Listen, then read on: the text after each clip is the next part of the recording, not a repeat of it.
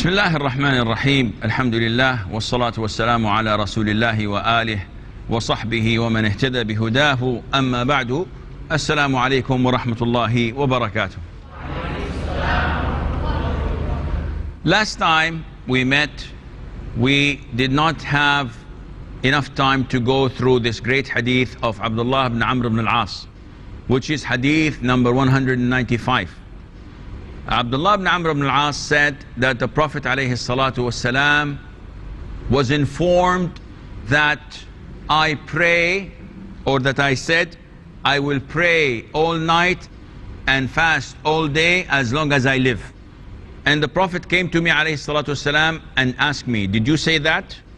And I said, yes. May Allah make my mother and father ransom for you. So the Prophet said ﷺ that this is something that you will not be able to tolerate. You cannot do this, meaning he knows that by nature people will give up after a while. So the Prophet ﷺ told him, don't do this. Sleep and pray, fast and break your fast. And then he directed him to the best of fasting, and he said, fast 3 days every month. Why? Because one good deed is multiplied by 10. So this is 30 days if you fast 3 days every month. This means as if you fasted a whole month, and this is for the whole year, as if you fasted for the entire year. Abdullah ibn Amr, as a person who tastes and knows the beauty of worshipping Allah, said, I can do more than that. It could have been easy for him to say, okay, jazakallah khair, khalas. Yet he's not doing it so that he would not be blamed. He's doing it because he loves Allah. He wants to do as much as possible to get closer to Allah. And this is the difference between us and them. We do forms of worship so that we are not punished, not so that we are closer to Allah. We want to do the basics. And that is why people come to me and say, Shaykh, what's the ruling on so and so? And I say, haram. They always say the same thing. Is it haram or makruh? No, it's haram. It's haram, haram, or, you know, a little bit small haram. What is this? Are you choosing what you want from the grocery shop? Are you buying fruits and vegetables? I want big or small. You are sinning. Akhi, assume it's not a sin. You are doing something that is makruh, meaning that Allah dislikes it. How dare you do something Allah dislikes? So our problem is that we are not interested in getting closer to Allah. Our problem is that we just want to be on the bottom. And that's why a lot of the ignorant people say in Arabia, I don't know if they say it here as well, when we say, or when they ask Allah to enter Jannah, or if you tell them, may Allah make you and I in Jannah, he said, I am satisfied if they put me next to the doorsteps near the shoes in Jannah. I don't want to be in paradise. I just want to be at the lowest level of Jannah. And this is wrong. The Prophet says, ﷺ, if you ask Allah, ask Him for paradise, for al-Firdaus, because it is the highest of Jannah and the middle of Jannah. And don't ask for the middle or for the lowest part, ask for the top. Likewise, if a schoolboy is studying for his exams, what is your target, my son? If he tells me my target is 100%, then I will tell you he will get 95, maybe 91. But definitely he will get a very good grade. And depends on his ability. If someone tells me, I'd like to get the passing grade, I know that he will fail. Whoever wants the passing grade will fail. Because the more you shoot up, then if it's a little bit down, you're still up. But if you shoot to the limit, you will fail. So likewise, we always shoot for the passing grade, which means we are in very dangerous grounds. Abdullah ibn Amr tasted the beauty of worshipping Allah. So he said, Prophet of Allah, 3 days a month? Sorry, I can do more. So the Prophet told him, in this case, fast 1 day and skip 2 days. Meaning, you fast 1/3 of the month, 10 days every month. Still saying that this is too little, I can do more. So the Prophet ﷺ told him, fast 1 day and skip 1 day. This is the fasting of Prophet Dawood, my brother, the Prophet Dawood, and it's the best of fasting. Still he wants to do more, and the Prophet told him that there isn't any more, there isn't any better than the fasting of Dawood, meaning if you do more, you're sinful. Also, the Prophet ﷺ told him that there isn't better than that. And we have some narrations from the companions that some of them used to fast the whole year, like Abdullah ibn Zubair, like other companions. So how can we balance? Some scholars say we can't balance. The Prophet saying ﷺ is fixed, and this is what should be followed. Okay, how do we justify the doings of the companions, may Allah be pleased with them? Well, either they did not hear of this hadith, and this is very possible. We've stated before a lot of the times that not all of the companions knew about every single sunnah. Not all of them, to the extent that, for example, when Umar ibn Khattab went to Sham, when he was the Khalifa, they heard that there is a plague in one of the cities, and so they stopped. Some of the companions said, don't you fear Allah? What are you afraid of? Are you afraid of dying? So why did you go out in the first place? Wasn't it to go for jihad and die in the cause of Allah? So why are you afraid of the plague? Others said, no, we can't throw ourselves in harm's way. And they didn't know what to do until Abdul Rahman ibn Auf, who was answering the call of nature somewhere far, and then he came. He said, what are you disputing over? And they told him that we don't know what to do. Then he said, by Allah, I'll tell you what to do. I heard the Prophet ﷺ say, if you heard of a city where it has been in plague, there is plague in it, do not enter it. And if the plague comes into a city, you are in it, do not leave it. What do we call this nowadays? Quarantine. This is the quarantine that the Prophet instructed ﷺ. Don't go in, and no one goes out. You have to surround the city. This is the quarantine that must be implemented so that the plague does not spread out. And Umar, may Allah be pleased with him, and all of those who were with him did not hear the hadith before. And there are so many other similar situations. Now, regarding the companions who used to fast the whole year, scholars said that most probably they did not know about the hadith. The second justification would be that they knew the hadith and they knew this incident, but they felt that this was not for individuals but rather for the whole ummah. However, individuals who were capable of fasting the whole year and were so strong to do this, they were exempted from following this hadith. Nevertheless, as for us, we stick with the hadith of the Prophet ﷺ, and we say it is not permissible at all for anyone to exceed fasting more than half of the year. So you have to fast 1 day and skip 1 day. You cannot fast more than that. Otherwise you would be sinning and going against the sunnah of the Prophet ﷺ. Now, what do we learn from this hadith? This hadith is extremely important for us because it teaches us how to worship Allah Azza wa Jal continuously, uninterruptedly. What do you mean? I'll tell you what I mean. The Prophet ﷺ said that the most preferred deeds to Allah are those that are continuous, even if they're little. So Allah Azza wa Jal rewards you And He loves that you do something and maintain doing it, even if it's little. But if you do a lot for a short period of time and then fall weak and leave this good deed, then this is something that Allah Azza wa Jal does not approve of. The Prophet said in the authentic hadith, do not oblige yourselves except with the deeds you can do. Because Allah Azza wa Jal does not get fed up.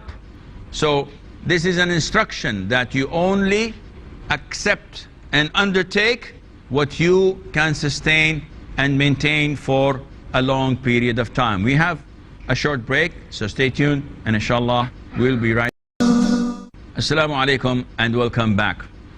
So sunnah is to maintain a particular form of deed until the end of your life and not go down, but you can go more.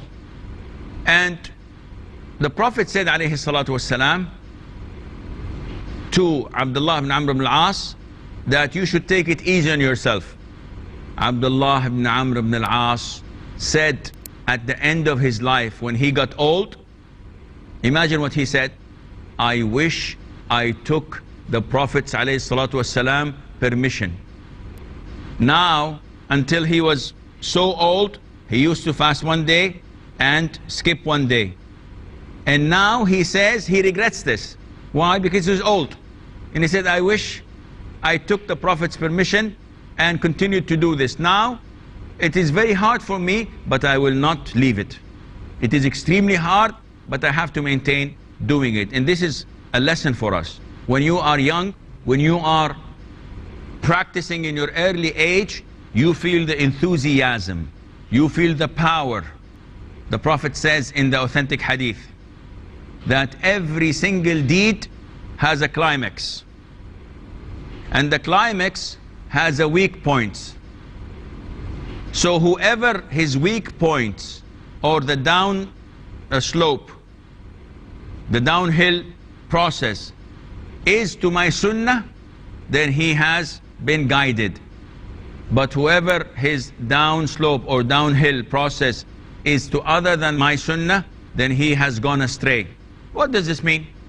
Scholars say that this is an important hadith, especially for us, so that we maintain steadfast on Islam.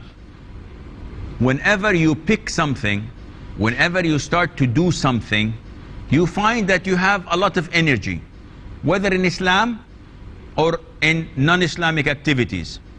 Example, in Islam, a person starts to practice. He has strong iman, enthusiasm, so he insists on praying Fajr in the masjid, Dhuhr, Asr, Maghrib and Isha. Very good. He insists on praying night prayer, 2, 3 hours, 4 hours a night. Before, he did not pray anything at all. Now all of a sudden, mashallah, his iman is strong. He insists on fasting one day and skipping one day. He insists on finishing the Quran once every week. And this is reading a lot of Quran, attending lectures, doing this, doing that. And neglecting his work, neglecting his studies, neglecting taking care of his body and of his health. Now after 6 or 8 months of this strong behavior, which is good on the surface, but on the long run, it's bad. What happens to him? The Prophet says that the climax has a downhill process, which means that you will start to lose interest a bit by bit, bit by bit, until you reach a very low level. The Prophet says, whoever is downhill to my sunnah, he is guided. What does that mean? Means that if you, instead of praying 4 hours night prayer, you feel very tired of it after a while, you start to say, okay, I will just pray Shafa and Witr only. Then this is sunnah, no problem. If he, instead of fasting a day and skipping a day, he said, no, I will just only fast Ramadan, not play in any day of Ramadan, and maybe Ashura, and maybe Arafah, maybe, not necessarily. And instead of attending all lectures and reading so much Quran, he reads only one juzu. So every month he finishes the Quran once. This is the minimum. This is his sunnah. The Prophet says he's guided. The other one who is led astray is the one who does not pray night prayer at all. Khalas, he leaves even witr. He does not pray Fajr on time in the masjid. He prays it after sunrise. He does not fast all days of Ramadan. He skips a day or two. He makes sins. So after the climax, he went really downhill and he reached the bottom. And this was led astray. You have a climax, watch out. If you can maintain it, do it. If you cannot, go a little bit down. Take something that suits you, that you know you can be maintaining it for a long time. And this hadith is extremely important because it talks about human nature. I know brothers who were committed in the very beginning. MashaAllah, tabarakallah, strong iman, masjids, lectures. Students of knowledge who were strong in their knowledge, strong in their practice, very proud of their religion. After a while, when the dunya is opened, people are requesting them to be a little bit lenient, be a little bit soft. All of a sudden, the beard was shrunk. As if they washed it so many times, it became up to the skin. Sheikh, what is this? He said, time changes, and scholar so-and-so say this, scholar so-and-so say this, so it's permissible. What do you want with scholar so-and-so and scholar so-and-so? What does the Prophet say, alayhi salam? He said, no, it's an issue of dispute among scholars. Subhanallah. After a while, his thobe that was to the middle of his leg goes a little bit and a little bit to the ankle, and then to the floor, like as if he's a bride. Sometimes he walks and people carrying his thobe behind him. What is this, Sheikh? He said, yeah, I'm not doing it out of arrogance. I'm doing it because it's permissible and so. Sheikh so-and-so says, A'udhu billahi minash shaitanir rajim. You're a Muslim. So you find that the climax they reached, they could not maintain it. And that is why the Prophet's most dua was, Ya muqallib al-qulub, thabbit qalbi ala dinik. Oh Allah, who turns hearts over, who flips hearts over, make my heart steadfast on your religion. You have to do this every single day, hundreds of times. Why? Because you and I have seen so many people go astray. People who used to look as if they're committed. And so many people with their beards, with their Islamic look, they've reached their climax and they went downhill, and now they're about to hit rock bottom. But you don't know, because they look okay. Yet if you analyze what they say, you'll figure out that they are on a very, very dangerous curve. They look practicing, but their hearts have been corrupted. And if Allah Azza wa Jal does not help them and send to them people who would sit with them and talk with them and realize this and advise them and surround them and bring them back to safety, they will be soon doomed. And you know a lot of this. May Allah Azza wa Jal protect us. So this hadith is very important in showing us how to be steadfast. And also it shows us how human nature is easily affected, and that the best of guidance is the guidance of the Prophet ﷺ. Never ever think that I can top that, I can be better than that. The Prophet ﷺ, 3 of his companions asked about the way he used to worship Allah, and when his wives told them he used to do this and that, they said, oh, the Prophet, Allah has forgiven all of his sins. He's not like us. He has carte blanche. As for me, I will never sleep at night. I will pray all night. The other, I will never break my fast. I will fast every day. The third, I will never marry women. I will deprive myself from desire and lust. Did the Prophet approve of that? Alayhi was very angry. And he said, by Allah, I'm the most one among you who fears Allah and is knowledgeable of Allah. Yet, I sleep and pray. I fast and I eat and I marry women. Whoever chooses a path other than my sunnah is not from me. He's not a follower of mine. And therefore the best of guidance, no matter what your mind tells you, no matter what Sheikh so-and-so and Sheikh so-and-so, the earlier mentioned, tell you, the best of guidance is the guidance of the Prophet ﷺ. By following his footsteps by the millimeter, you will enter paradise. That is why when Umar, may Allah be pleased with him, objected to the treaty of Al-Hudaybiyah, and he thought that it was unfair for the Muslims. You know, the treaty of Hudaybiyah, what did it say?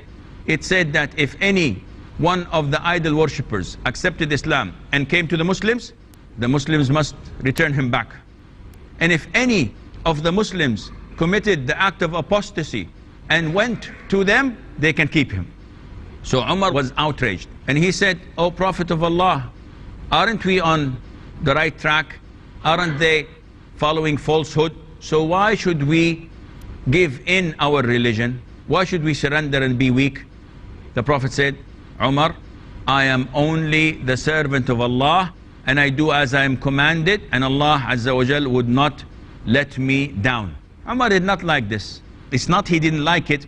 He wanted an answer that fulfills his desire of attacking the disbelievers and not being unfairly treated. So he went to Abu Bakr and he said the same to him. What did Abu Bakr say? He said, "Umar, the Prophet ﷺ is the messenger of Allah. You must stick to his, in a figure of speech, footsteps." What Abu Bakr said, you must hold on to the saddle of his camel.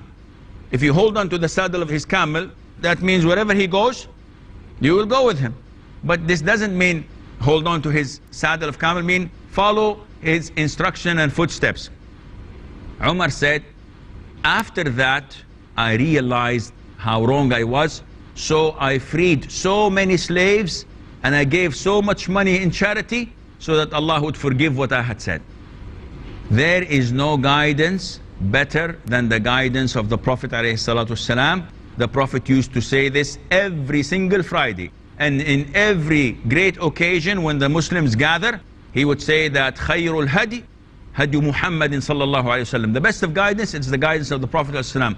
And every invented thing in Islam is an innovation, and every innovation is in hell fire. This is all the time we have. Until we meet next time, fi amanillah, wassalamu alaikum wa rahmatullahi wa barakatuh.